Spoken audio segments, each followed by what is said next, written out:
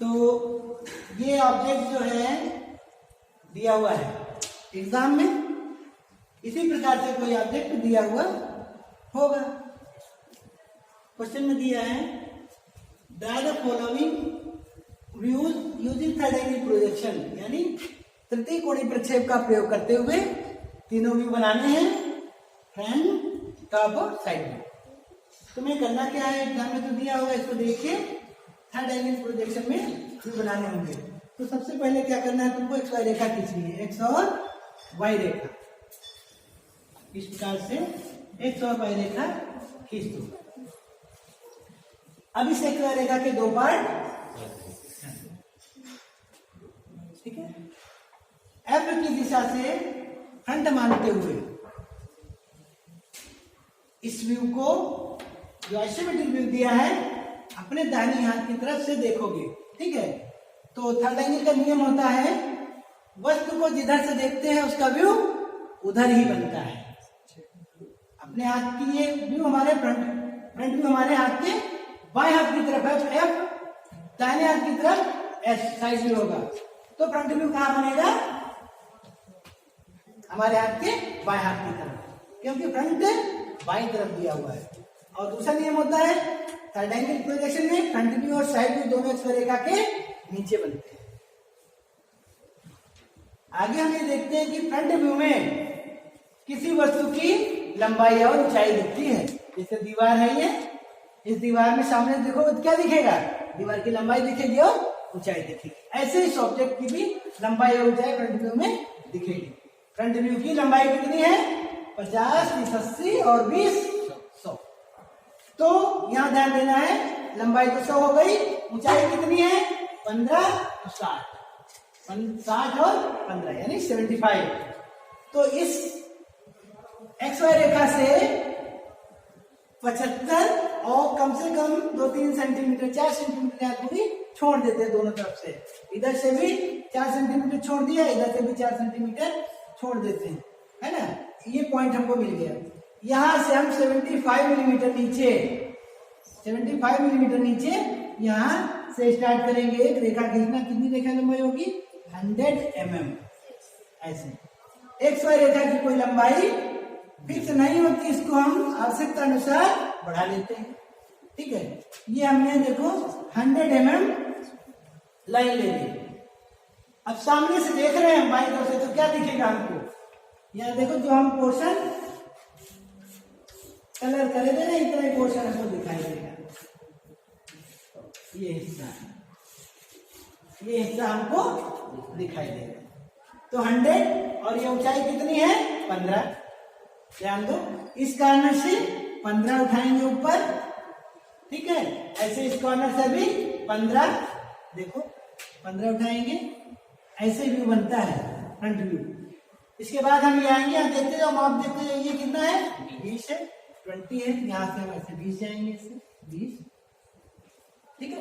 इसके बाद फिर हमें कितना जाना है ऊपर 60। तो ये लाइन हमारी चली गई 60, ऐसे ये लाइन 60 चली गई, है ना। इसके बाद देखो इस लाइन के बाद कितना जाना है 30 और 50।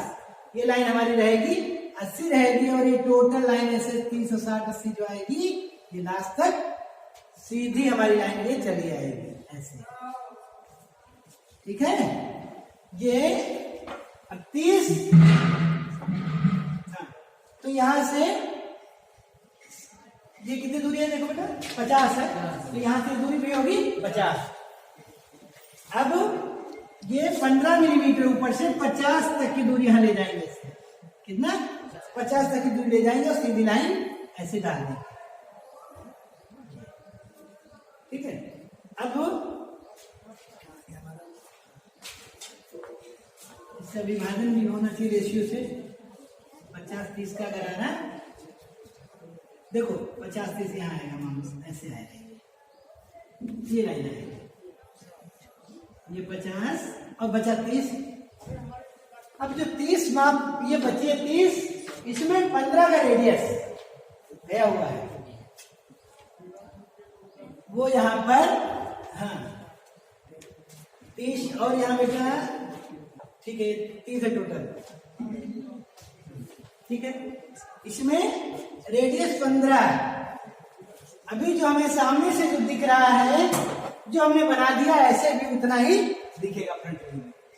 गौर करो, ये वाला हिस्सा सामने से ये दिख रहा है और ये जो भी हिस्सा दिख रहा है यहाँ पर, ये यहाँ पर हमने बना दिया है इसी प्रकार से। अब बात आती है, जब हम ड्राइंग बनाते हैं, किसी वस्तु को देखते हैं, ठीक है, तो हम पहले स्टेप में देखते हैं हमें क्या दिख रहा है। जो हमें दिख रहा है वो हम बना देते हैं, जैसे अभी शिवशंकर ने बनाया था। सेकंड स्टेप में हम देखते हैं हमें क्या नहीं दिख रहा है, यानी क्या चीज छुप रही है। तो जब हम इधर से देखते हैं तो ये जो स्लैब हाफ सर्किल बना हुआ है रेडियस 15 का, इस साइड से हमको नहीं दिखेगा, तो यहाँ पर हम डॉटेड लाइन देखो 30 है, इसके 20 से 15 से ये डॉटेड लाइन ऐसे हम डाल देंगे ऐसे। क्लियर? और यहाँ इतना ही बेटा फ्रंट व्यू में हमको दिखाई देगा, इतना ही फ्रंट व्यू में हमको ऐसे दिखाई देगा। तो ये बन गया हमारा फ्रंट व्यू। इसकी लंबाई हम लिख देंगे ऐसे, यहाँ पर ऐसे हम लिख देंगे ऐसे, यहाँ पर ऐसे। देखो जो वहां पे ऊपर लिखी है वो कहीं कहीं व्यू में हमें दिखानी होती है, छूटनी नहीं चाहिए। कोई भी माप छूट जाएगी तो वो ड्राइंग तुम्हारी अधूरी मानी जाएगी। ये है 50, 50, ये हो गया 30 और ये हो गया 20 ऐसे। फिर ऊंचाई भी यहाँ दिखाएंगे बाई तरफ ऐसे।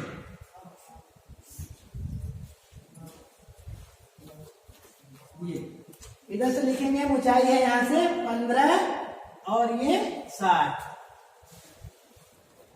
ठीक, डायमेंशन सदैव नीचे की ओर बाईं तरफ दाहिनी तरफ ऊपर देते हैं, बीच में कोई माप नहीं देते हैं। ठीक है, हमारा व्यू बन गया कौन सा, ये इसको बोलेंगे बेटा front view. Front view. Second view कौन सा बनाते हैं हम, टॉप व्यू। अब जो हमारे आउटर पॉइंट्स हैं इनसे हम पृथ्वी की रेखाएं डालेंगे। देखो, एक, इसकी सीध से 2 और यहां पर नहीं भी डालेंगे, ये 3 ऐसे डालेंगे। चौथी ये लाइन जा रही है, इसकी सीध में ऐसे करके हम यहां से पृथ्वी की रेखाएं डाल देंगे। ठीक है, प्रोजेक्शन लाइन हमारी पड़ गई।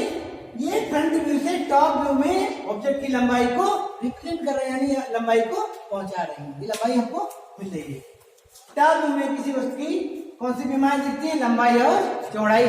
जैसे टेबल है, ये ऊपर से देखेंगे तो चौड़ाई दिख रही है और लंबाई दिख रही। तो लंबाई ऑब्जेक्ट की हमारे यहाँ से मिल गई फ्रंट व्यू से। चौड़ाई हमें कितनी लेनी है, चौड़ाई बताओ बेटा, 60। चौड़ाई कितनी है, 60 है ये। अब यहाँ से जितना दूरी हमने ये छोड़ी है नीचे, इतनी दूरी ऊपर एक लाइन डाल देंगे। ठीक है, पहले हम क्या करते हैं, हल्की लाइनों से एक लाइन, हल्की लाइनें बनाते हैं। बॉर्डर टॉप में ऊपर से हल्का एरिया कवर करते हैं। 60, ये 100 है, 100 यहाँ से ऐसे यहाँ तक डालेंगे। यहाँ से 60 काटेंगे, 60 mm काट के लाइन और ऐसे डाल दिया, हल्की लाइन। अब इन लाइन को हम देखेंगे क्या क्या हमें दिख रहा है टॉप व्यू में, उसको हम बोल्ड करते चले जाएंगे। 4 पॉइंट है इसके, 1, 2, 3, 4। कहीं से भी स्टार्ट कर देंगे, हम इस पॉइंट से स्टार्ट कर रहे हैं, इस पॉइंट से। ठीक है, इधर गए 50, ये हमें लाइन गाइड कर रही है। इधर गए 50 से, अभी लाइन ऊपर की ओर जा रही है ऐसे। कितना ऊपर छूटेगा, 15 छूट जाएगा, ये लाइन डाल देंगे ऐसे। और ये देखो हम डार्क करते चले जा रहे हैं। ठीक है, ये हम ऐसे डार्क कर देंगे। हाँ, ये लाइन नहीं है, ऐसा इस तरीके से देखो। ठीक है, तो एक प्लान में ये बनेगा इतना, पहले ये बन गया। ठीक है, उसके बाद ये लाइन भी हमारी सीधी रहेगी, ये सीधा है ऐसे रहेगा। देखो, ये लाइन भी सीधी रहेगी, ये लाइन भी सीधी रहेगी ऐसे। ठीक है, और ये स्टेप भी हमारा ऐसे सीधा बनेगा ऐसे। ये जाएगा 15 का और ये भी डार्क 15 का जाएगा।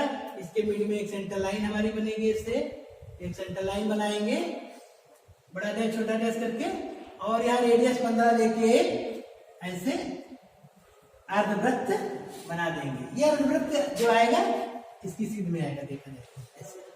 क्लियर? अब इसको लाइन को हल्की लाइन इसको सेंटर लाइन जैसा बनाएंगे, बड़ा डैश छोटा डैश बड़ा डैश। टॉप व्यू में जब हम देख रहे हैं तो हमको इतना ही पोर्शन दिख रहा है, कौन सा, ये भी दिखेगा। देखो ये टेपर है ना एंगुलर, वो चीज एंगल पर ये है, ऊपर से भी दिखेगी लंबाई इसकी, सामने से भी दिखेगी, ठीक है।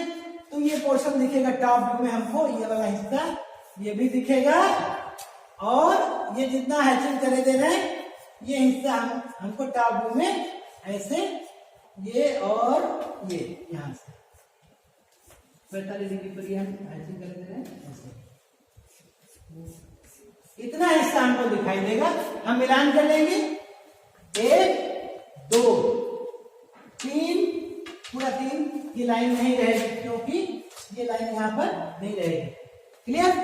वो सेंटर लाइन हो सकती है, यहाँ पर सेंटर लाइन हो सकती है ऐसे, लेकिन लाइन नहीं रहेगी।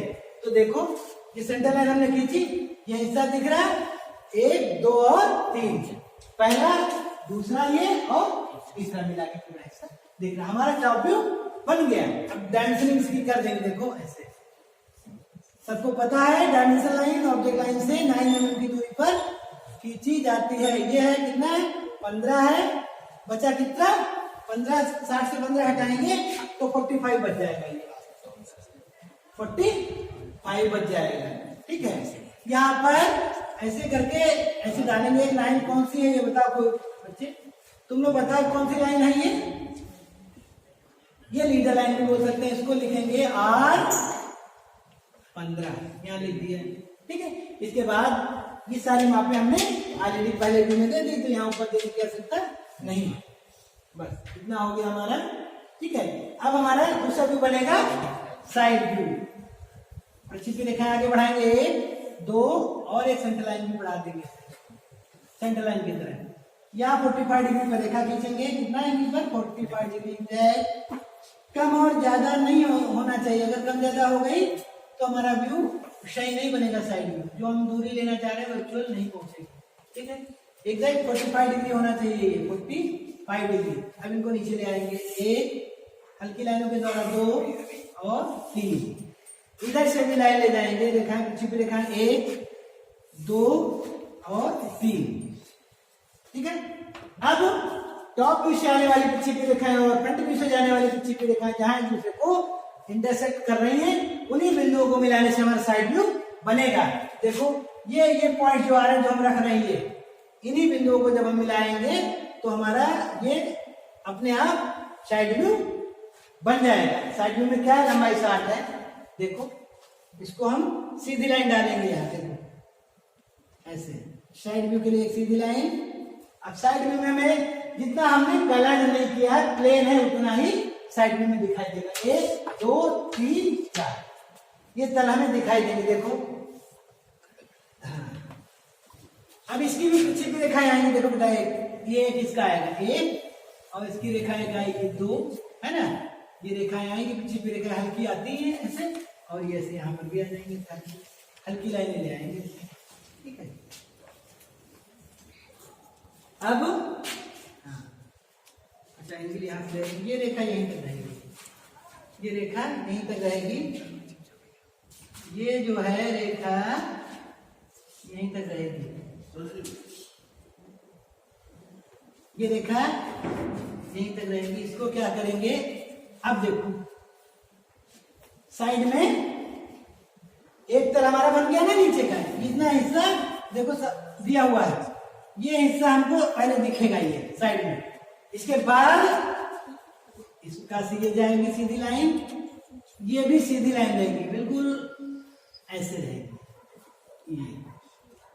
ये और इस प्रकार से बीच में जो लाइन आई है ये बेटा, ये हम सेंटर लाइन डाल देंगे इससे, बस। साइड व्यू में हमें इतना ही हिस्सा दिखाई देगा। इसकी ऊंचाई तो ऑलरेडी हमने दिखा दी है, इसकी चौड़ाई 60 यहाँ दिखा देंगे, ऐसे करके ऐसे ये दिखाएंगे। ऊंचाई 60 है इसकी। ये हो गया टॉप